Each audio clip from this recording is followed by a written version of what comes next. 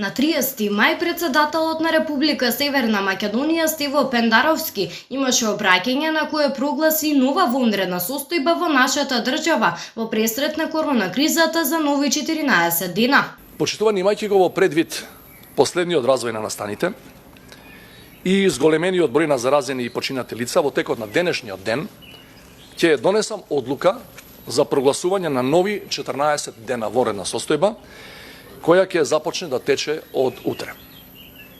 Тука сакам посебно да нагласам дека одлуката за новите 14 денови е поврзана исклучиво со намерата да и се овозможи на владата и на останатите надлежни институции поефикасно да се справуваат пред се со здравствените, но и со економско-социјалните ефекти од пандемијата и нема никаква корелација со датумот на парламентарните избори, што е предмет на договарање во поинаков политички формат и по сосема други комуникацијски канали различни од Советот за безбедност. Во оваа прилика, председателот Пендаровски упати 3 пораки. Првин до граѓаните, потоа до владата, но и до лидерите на политичките партии. Прво до граѓаните. Сакам да им се заблагодарам на огромното мнозинство наши граѓани, за тоа што веќе трет месец крајно, дисциплинирано и совесно ги почитуваат препораките за заштита на своето здравје и здравјето на своите најблиски.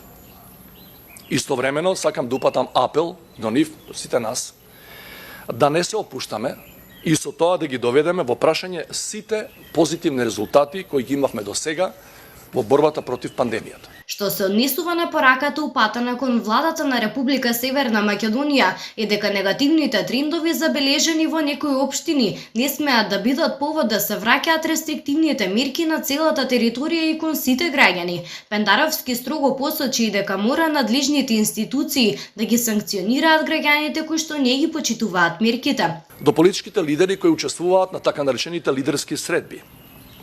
Државата нема парламент. Постои техничка влада која има лимитирани овластувања. Ситуацијата е премногу сериозна.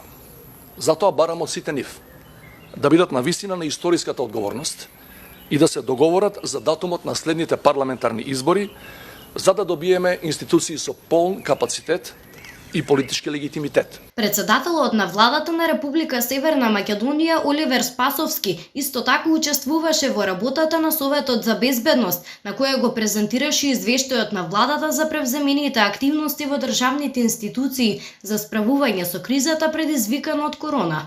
Со предлог за прогласување вонредна состојба и во наредните 14 дена, Спасовски исто така имаше обраќање по овој повод. Клучен приоритет на владата, на институциите е зачувувањето на животот и на здравјето на граѓаните. И сите мерки кои што досега беа превземени беа во таа насока. Да се сочува здравјето и животот на граѓаните, да го обезбедиме здравствениот систем, да функционираат нормално институциите, да се сочува безбедноста, јавниот ред и мир во државата и на тој начин да имаме механизми низ кои што ќе се справуваме со оваа состојба.